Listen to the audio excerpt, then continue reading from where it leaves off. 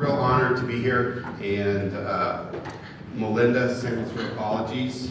She is knee-deep in baby lambs this morning in the last 2 days, and she just didn't feel like leaving. So any of you that have been in lambing and have to deal with twins and triplets all the time, you know how challenging that could be. But anyway, we had a discussion before I came about how we really wanted to talk about using virtual fence on public lands post-fire. And I'm going to kind of approach this differently than a normal research talk. So we're going to talk about this today, and along with the two most important parts of our research program, our two dogs, Taz and Jade, are really important here. Anyway, so we know that on public lands, post-fire burn management, that you're typically dealing with a couple years worth of deferred grazing. And it has different definitions amongst different people. Typically, it's going to be anywhere from 1 to 3 years deferred grazing. And that is really dependent on burn severity, the agency that you're working with, as well as even field offices within agencies. And we'll talk a little bit more about that. What are some of the options that permittees have in these particular cases? One, they're usually really expensive, and they tend to be very limited. You could sell all or none of your cattle. Those are particularly not very good options. You could lease alternate private grazing. What's the location of it? What is the cost of it? Where we are in Idaho, we don't hardly have any private grazing because we don't have any public land to graze on. It's all public land that we have to graze on. You can purchase alternative feeds. The cost of that can be enormous. Sometimes, if you're fortunate, you can do alternative public grazing. That's going to be dictated by location, duration, availability. And then there are always the short-term and long-term economic implications that we're dealing with. So in 2022, we had the moose fire outside Salmon, Idaho. That fire burned to over 130,000 acres. It started in July, and it didn't go out until the snow started falling in November. And we ended up with a really big, what we call a mosaic burn. We had some of it that wasn't burned. We had some that just got torched. We had some moderate burn, no burn, severe. And so we had this on the allotment. And so that fall, after they'd gotten all the cattle off, fortunately they didn't lose very many animals in the fire. The permittees actually were looking around in about October of the year of the fire and really started to notice that they were already starting to get regrowth on the area where the fire came through in July. And so they took pictures of that, they kind of documented that, and they came back to the Forest Service and the BLM. They knew that we had been doing some virtual fence work at that time on another project. And so this was actually what the burn severity looked like. So dark red is severe burn, orange is moderate, this lime green is tends to be low, and then the dark green is no burn at all. And so you can see on the map, if it comes back up, where some of these areas are at, and the amount of some unburned areas that they had tended to be in a lot of the meadow complexes. And so they came to the Forest Service and said, look, we know that other people have actually grazed post-fire, and we know that the University of Idaho is doing a project. Is there any way that we could use virtual fence to be able to graze some of these areas in here and potentially maybe some of the low burn areas the next year? So if you throw the allotment map on here, I can figure out. So this is what the allotment looks like. It's a 70,000 acre allotment, BLM and Forest Service, usually about 700 cow-calf pairs, 3 permittees. These are the actual grazing dates of when we go into each section of the allotment. The BLM here is in yellow color. The middle, what we call the middle forest, and these allotments are in kind of a pink, and then you've got the major part that's up on the top. So if you overlay the burn severity map, You can see that we were really stuck not grazing any of this right here because of the burn severity, none of this back here, none of this over here. It's not shown on this one, but this is BLM, all the way down here, Bird Creek, Diamond Creek. We couldn't graze any of this, and then quite a bit of the Comet Creek area. And so with that, they came to us, like I said before, decided that we were going to use virtual fence, and then took this, basically the Forest Service and the BLM. And that's really kind of the process that we're going to go through. A couple things here. We used the Vince product primarily because we were using it already on other projects. And two, we were really, really happy with the coverage area that we got, since a lot of that forest has no cell signal on it at all. So basically with this, collaboration is really the key in getting this to work. As I indicated before, one of the most positive things you have to have is relationship with your federal land agencies. A lot of people in a lot of states don't have that. We were very fortunate in Salmon that they realized about 25 years ago that if they didn't have good relationships, they weren't going to get anything done as far as grazing on public lands. And so that made this process go a little bit easier. The permittees are the ones that initiated the process. They were the ones that wanted to do this. And I think that's really important. We then decided as an unbiased source at the university then to come in and help. So I think the key thing here is you need to meet early. We actually started meeting that October after the year of the fire. So the fire was still going on in the south end of the allotment, and it wasn't in other places. And so that's when we started to meet, was immediately post-fire. The first thing that we did is we discussed the virtual fence technology. Talked about the coverage areas.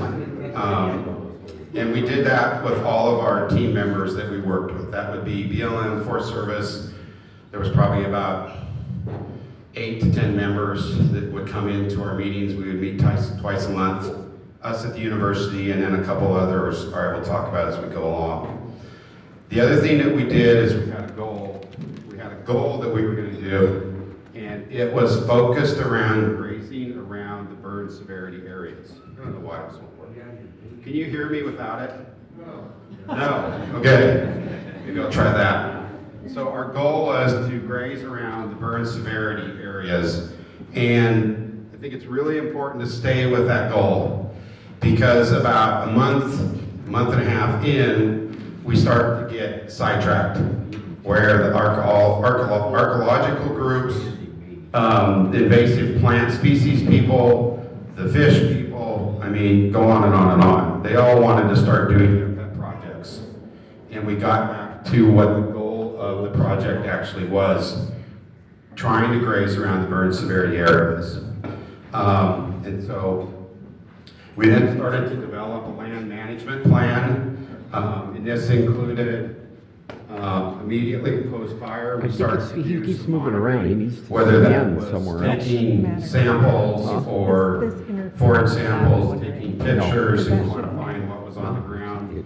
So we started to do that immediately post-fire. We haven't had that problem all day. We took our satellite images, our groundwork, and actually went out and looked at some of the burn areas to make sure that they actually agreed with some of the satellite images. Were all those wireless ones up there? And then we decided what was What grazable, else? Is that what was it? non-grazable, We've been using them all and day. then what was potentially He grazable. keeps moving. He needs to That go shouldn't somewhere matter. else. And That's the only thing I can think of. we tried to validate our plan and set some initial Keeps stocking turning. rates in probably December of that year, so that we could give the producers an idea of how many cows they could go out There with. is something that's doing it. Because they had to make plans of what they had to do with the other cows that they couldn't put out to find alternative grazing. Okay, and so this was all pretty important within the first 2 months. And I think even forcing the hand of the Forest Service to make a decision to say, yes, we were going to allow grazing to occur. So then after we did that, then we got together and planned for best and worst case scenarios as we go into the year. This would be what are the different options for the permittees. what would our seasonal precipitation actually kind of drive, what's going to go on the next spring, and how that's going to affect all of this. And then what would we do if we ran out of forage? Are we going to just cease grazing, or are we going to decrease cow numbers, but letting the permittees know that if it became an issue with lack of forage, they were going to have to go in and get cattle off in the midstream of grazing. And these were all points that were agreed upon at each step as we went along. Then once we got to pre-grazing, we did spring monitoring, where we went out and took forage samples. Forest Service did range readiness, forage production. We helped a lot with this at the University of Idaho, and our colleagues at ISDA helped with taking forage samples across the allotment. And then we finalized our grazing plan and really agreed that flexibility was key here. Flexibility amongst Forest Service BLM, but flexibility amongst the permittees as we went along. We finalized our virtual boundaries, our exclusion zones, and our high severity burn areas, and then how many cattle that we were going to eventually put out. And then we also developed movement corridors and movement plans, because as we moved across the allotment, there were some of the areas that were severely burned that we couldn't graze, but we had to go through to get to grazable areas in the allotment. And we actually sent a lot of those up with virtual fence boundaries, and then also made preparations with our permittees that when we did move cattle, we were going to move them in 1 or 2 days across those corridors, so that there wasn't a lot of loafing in some of those burn areas. Then once the grazing season got there, again, flexibility, I think, became the key. And I think this is where the Forest Service really kind of shined through with flexibility. And I'll explain that in a minute. We did both resource and livestock monitoring throughout the whole grazing season. Where were the cows at? How much forage was out there? Pretty much on about a 3-week basis. And then post-grazing, we finished up with doing bird area recovery monitoring. So we had an idea of potentially what next year's grazing season may look like. We did monitoring in our grazed areas and actually in some of our ungrazed areas, riparian areas, to evaluate resource use during that grazing season. Did a complete project debrief with members of the committee and the permittees to go over everything. We talked about boundaries, effectiveness, some exclusions, containment boundaries, herd differences in those meetings, discussed that current year of grazing, and then also started to discuss what we were going to do the next year. Because I think everybody felt pretty positive on how well this actually went during the year, and then shared results with our stakeholders and other interested groups. We've probably given about 9 presentations on this particular topic. I think it just blew up. It's probably ready for me to be done because it's not working. Anyway, so if you look at a couple things, I'll go through just a couple minutes. This is kind of how this was set up, meaning that this is our BLM grazing early in the season. All of this area that was up here are exclusion zones and fire burn areas. We could not graze it. And as we put cows in here, we had very few cows that actually escaped out of the BLM up into the forest. And we had no cows that got up here onto the upper forest, which was really a huge win. Then we went to the middle forest. This is where we did a little bit more flexibility in the middle forest, where the Forest Service actually went out, looked at the resource, and made the decision that we were going to be able to stay an extra week longer in the middle forest, so we could give the upper forest a little bit more time to grow and develop on the forage base. And then eventually, before we moved up to the upper forest, between the data that we generated and the data that the Forest Service generated, we decided that we could actually add 100 more cows on the upper forest. So a couple of the permittees were allowed to increase the number of animals that they actually put out. So that's where I'm talking about the flexibility is really key. The other thing is that once we got up here, we didn't have any cows coming back onto the lower forest of the BLM. which is really a huge problem with this allotment because there are no physical fences from that standpoint. We went through a lot of these already. As far as the wins, really good buy-in from the team. Excluded cattle from these burned areas, facilitated cattle movement across the allotment. We can talk a little bit more about that later. We did the stage grazing up the allotment, which really helped. We had extremely uniform grazing across the allotment. It ended up being about 25% utilization, forage utilization across the entire allotment that we were allowed to graze. But it was not without some challenges, but I think the main thing that we did is we stayed realistic. We realized there were going to be challenges. We realized that we would have some issues. We realized that we were going to have issues with maybe some cows that lost collars. You got to remember, this is the first time these cows had ever been trained. They were put into the allotment at different places that they hadn't been put into the allotment in 10 years. They got moved to areas in the allotment that they hadn't moved to in certain times in 10 years. So that's really a big challenge. We did have a few collar retention issues for different reasons. We did have some animals that broke through the containment areas. We did have an issue with battery lifespan, particularly when we had a lot of cattle that didn't know where they were going in the allotment, and they were really pushing boundaries everywhere. And we also did a lot of secondary boundaries to get cattle to come in if they breached, and usually those were just small groups, 1 or 2 animals. This has been brought up before. We had one issue with one producer that ran out of forage during grazing, so they didn't get trained properly. And then we had an issue with some uncollared cows that got into the allotment. And so that really caused an issue with some cows getting out of the areas. But now we've went through year 2 and all of those areas have been improved. We lose very few batteries, or we lose very few collars anymore. We've really increased the effectiveness of our battery life, just understanding where to put the fences, and then really increased the actual cows' understanding of the virtual fence system. These are all of our different partners. As you can imagine, there were a lot of people involved in this. I have to give kudos to the Forest Service and BLM because they really worked with us on this. And they really came and rose to the condition that these permittees had. Otherwise, they weren't going to be able to graze that for at least a year or probably 2 years.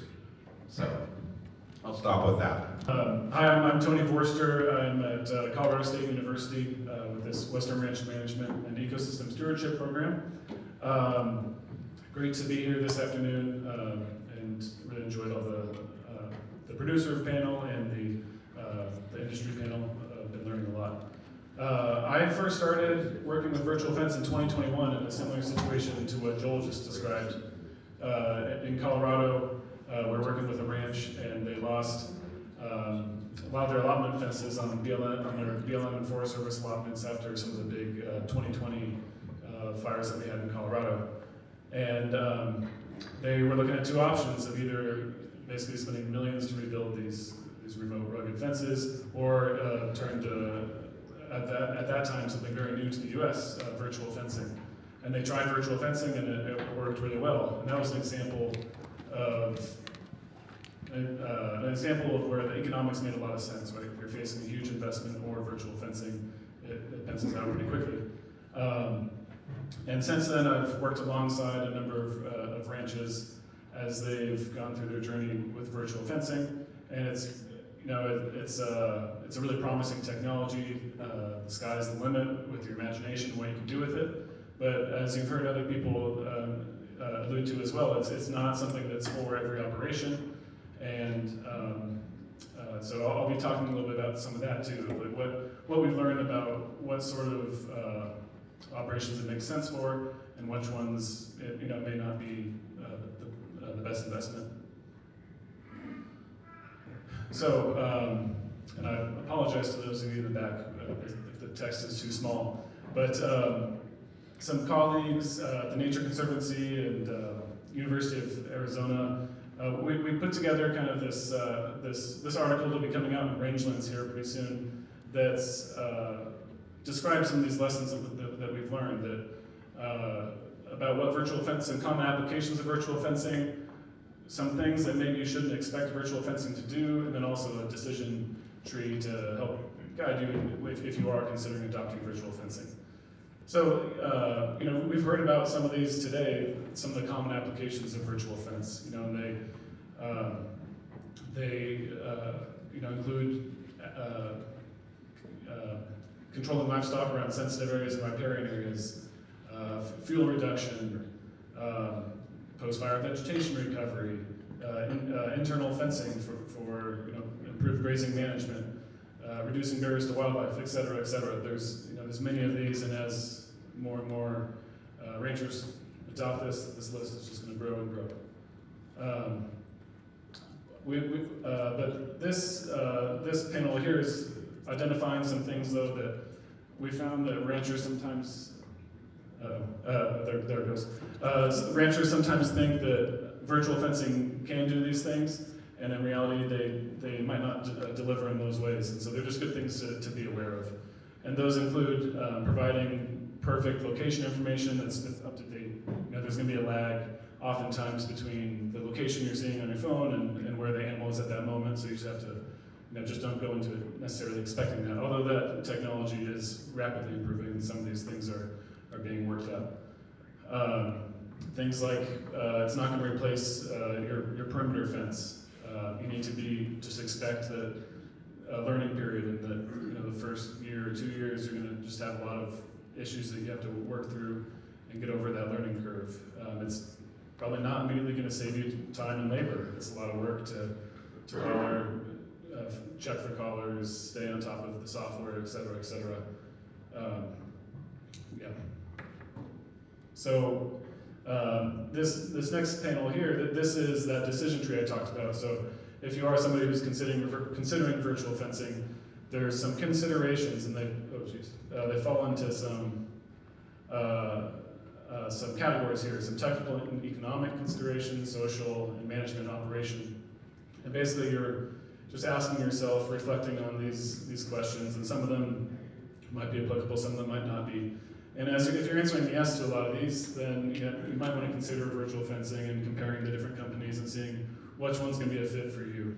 But if you're answering no to a lot of these, you need to think about if you're willing to do some of these things to maybe get ready for virtual fencing so that it's something that you can be successful with.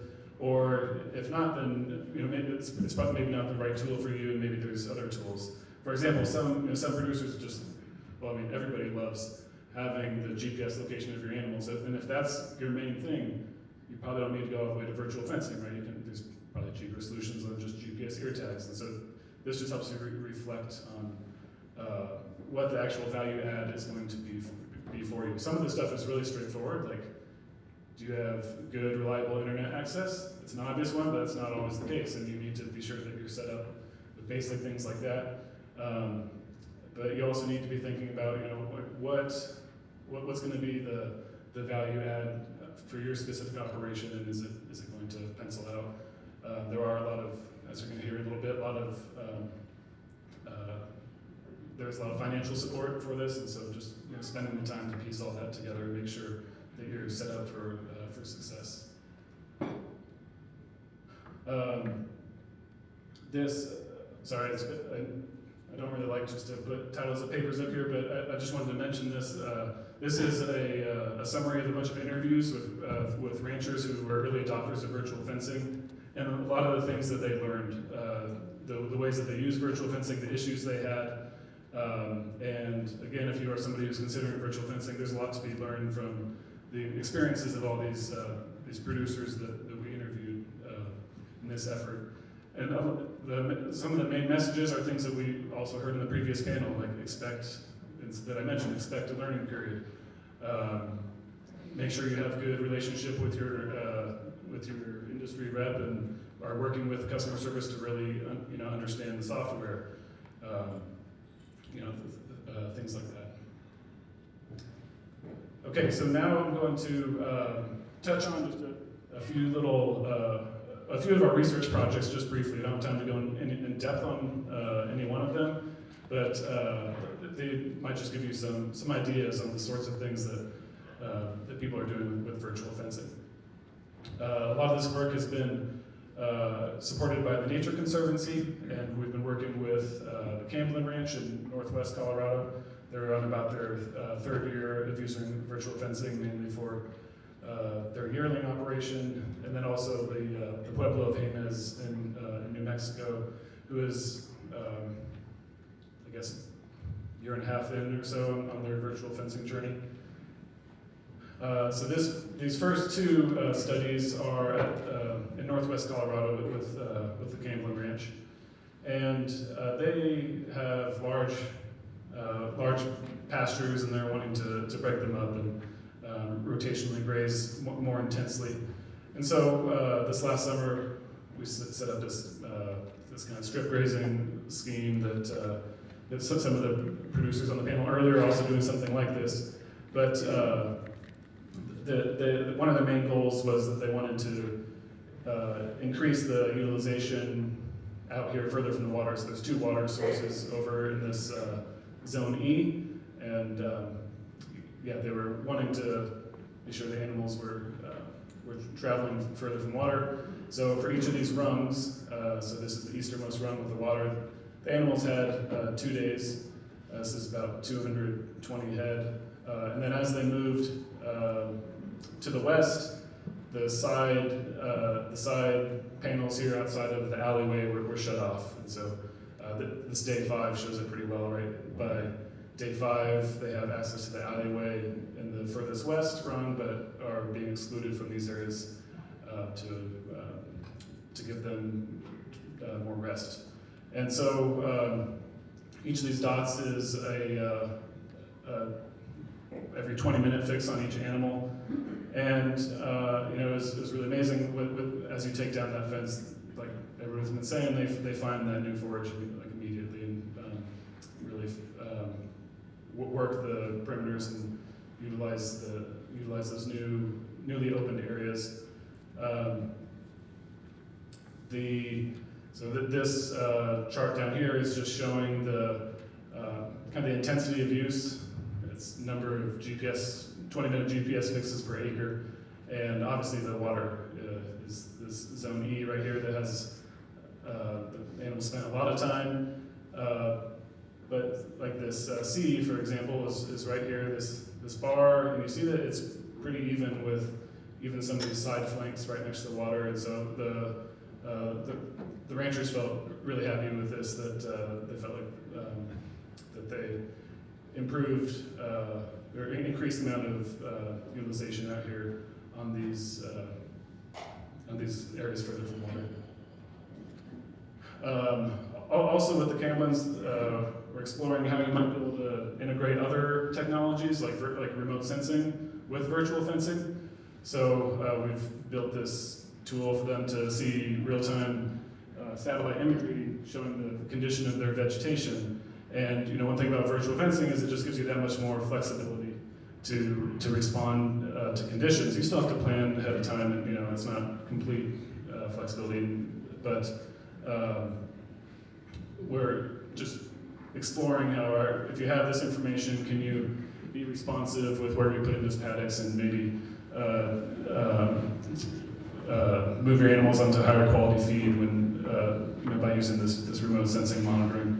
This is something that's still in progress. We're still figuring out like what is the right level of information, what time, and how to take advantage of that. But I think this is probably in our future, things like this of pairing bringing all these different technologies together. The last example that I'll give today is with the Jemez Pueblo that I mentioned. So at the start of this project, they were in really extreme drought, and now as a result of that drought, their range is in pretty tough condition. They're seeing a lot of mortality of their bunch grasses, and so now they're thinking about how they can use virtual fencing as a tool to restore their rangelands, and you know, just simply by identifying those most sensitive areas and excluding, giving those areas some rest, but also by layering some tools, like maybe layering seeding or range pitting and virtual fencing in different combinations, and seeing if they can improve, kind of speed up the recovery of their rangelands in that way. So with that, I'll hand it over. So I'm Kelly Berman. I'm with the University of Wyoming down in South Laramie and the Private Land Stewardship Program, which is housed in the Ruckelshaus Institute. And really great to be here on the panel today and presenting and sharing with all of you. So virtual fencing, obviously it's really exciting, cool new technology, and there's really been waves of technology and innovation in the ag and livestock sectors, whether it's been nutrition and feed supplements, genetics, data management, all this stuff, but virtual fencing is really interesting in that it kind of is this whole new domain into itself. And with several virtual fencing companies now being authorized to work in the US as of last year, we're in a really cool moment in this opportunity landscape, if you will, to really explore and think about what virtual fencing is and can be. But with all of that in mind, what our project looked at was, okay, who's really involved in these virtual fencing projects, and what's the full story here?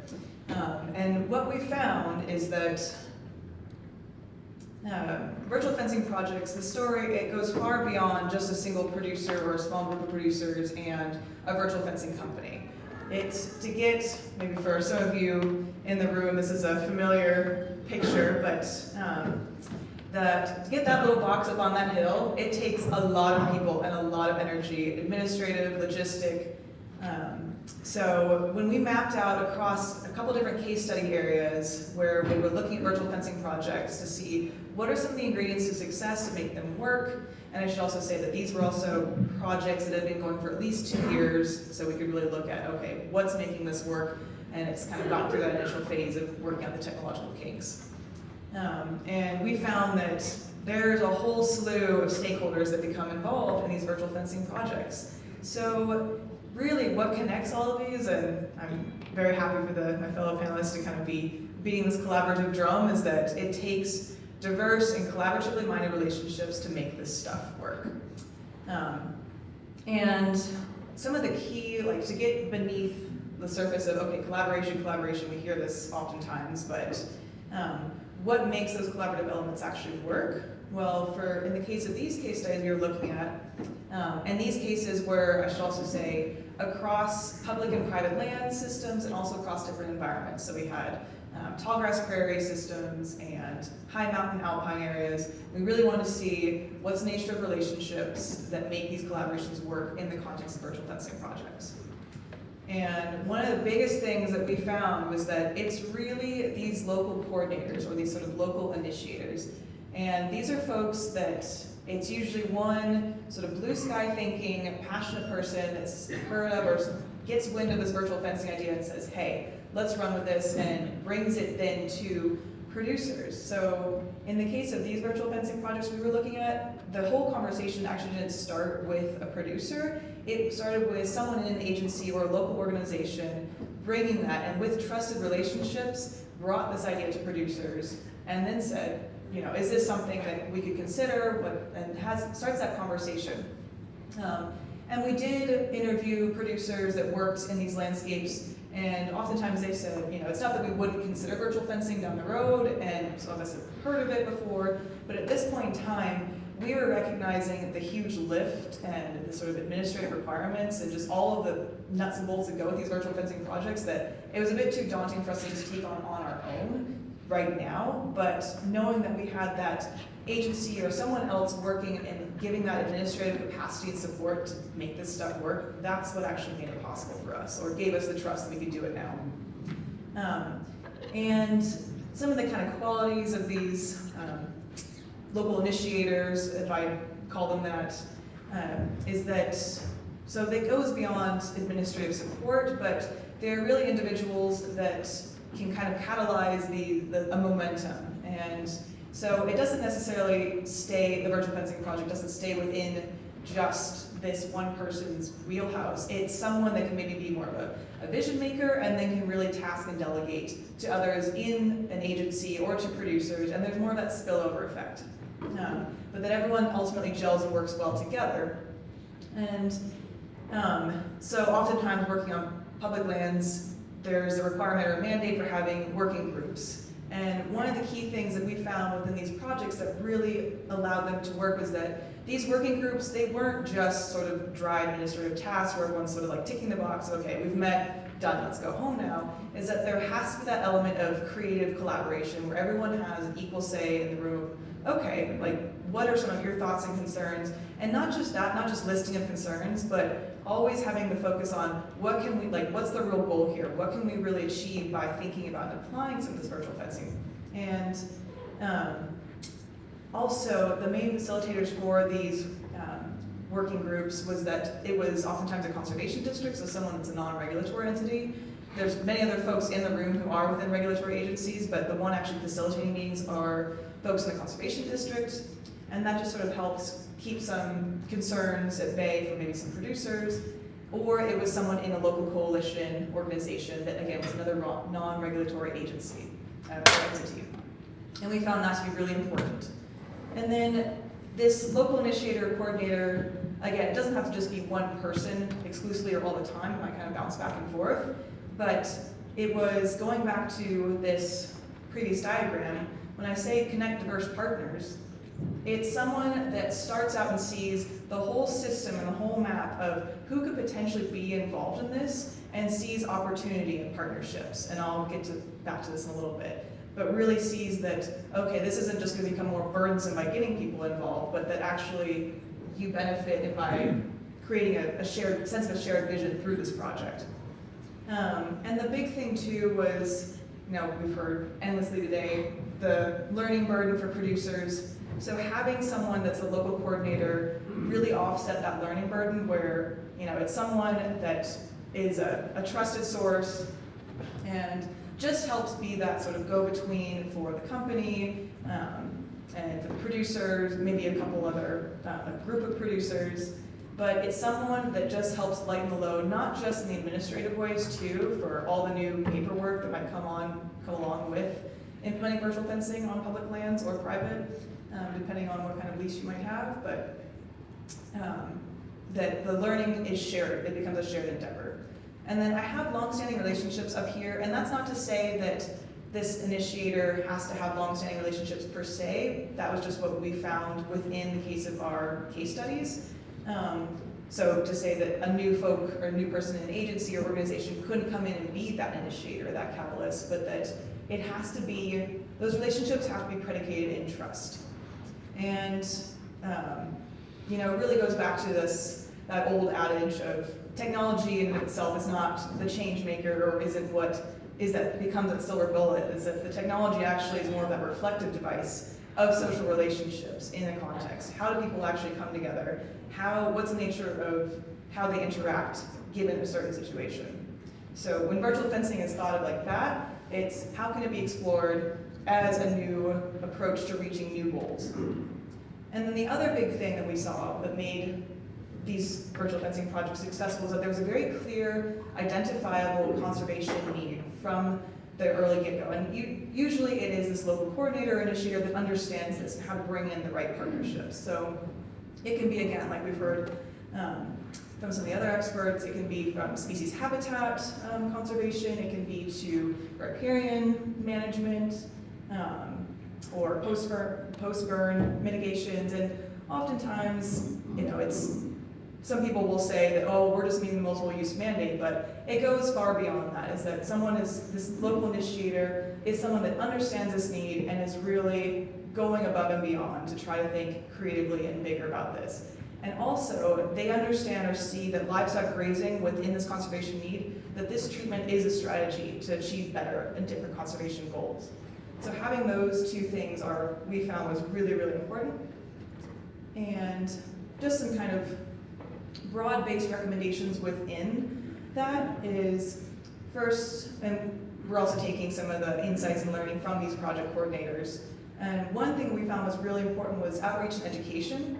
So just, you know, having more of like a public outreach or interfacing with the public to really explain, hey, this is what you're sort of seeing with virtual fencing, and that actually in some of these project areas, it created new partnership opportunities. So Like in Ebo County, Colorado, for example, there was a huge outreach component with their local recreation community, and that then they were able to be brought in later on for future funding grants, or for future funding and proposals, because there's a huge stake and interest in the recreation community not having to worry about this gate wasn't closed and these historic tensions just staying alive and all these different public land users. But again, it's a local initiator, a local coordinator, a small group of them, understanding that another stakeholder group can be another set of potential partnerships that are beneficial and can be brought in, and whether that means or translates to hard and fast grant opportunities or just being able to like bring in different stakeholders for different creative thinking and where you can go with these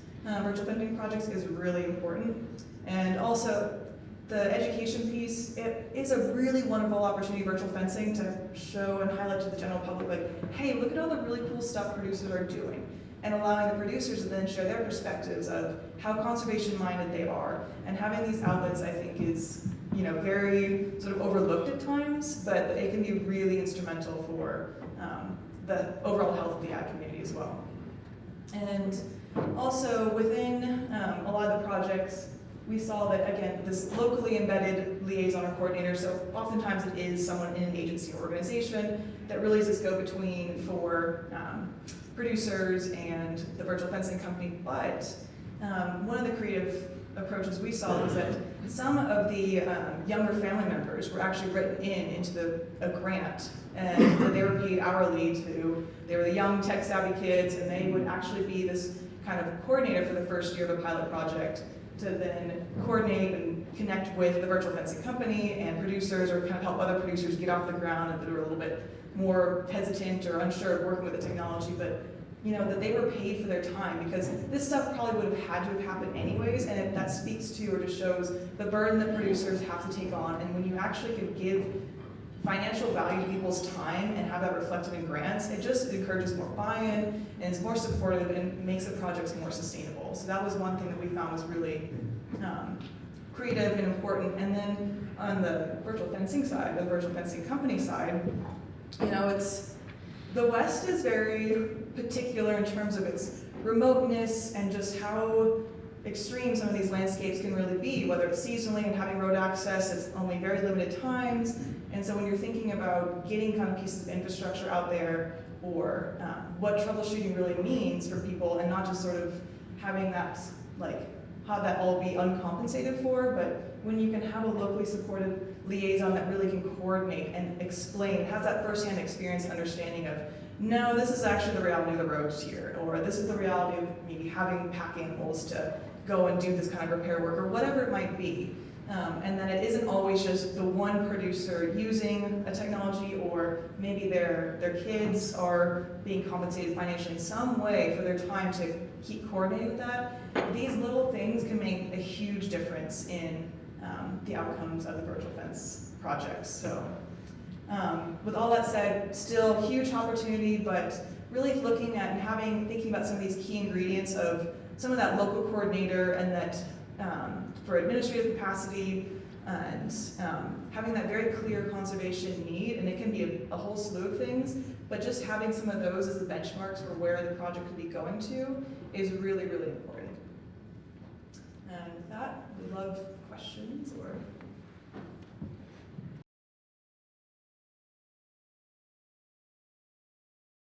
This question is primarily for Joel, but maybe Tony as well. I'm curious to know what environmental review or other NEPA steps that you had to take in order to implement the projects that you worked on.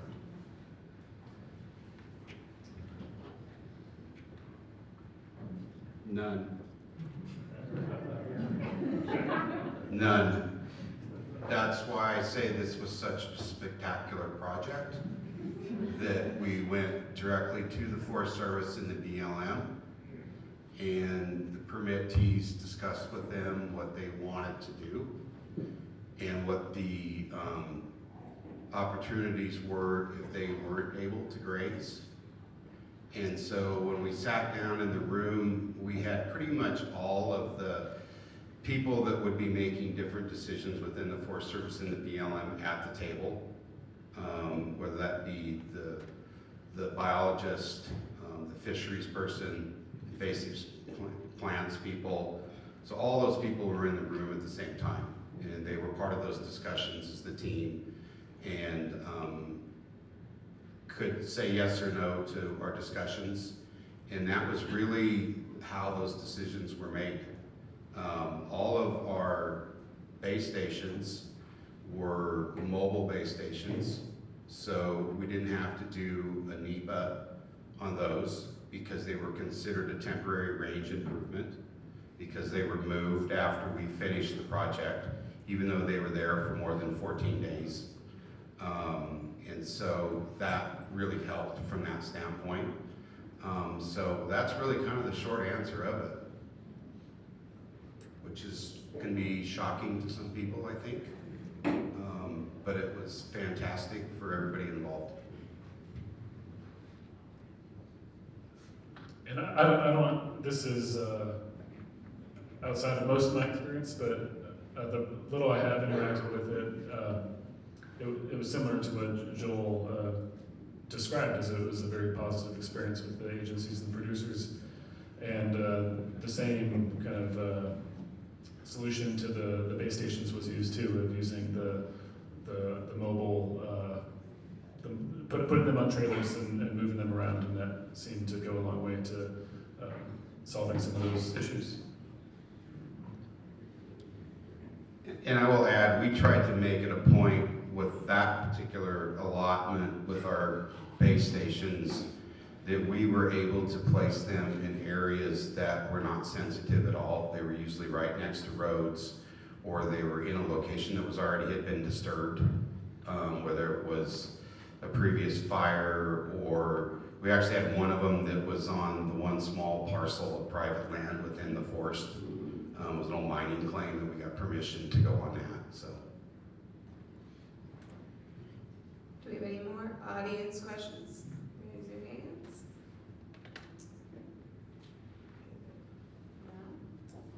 No? Okay, well, yeah.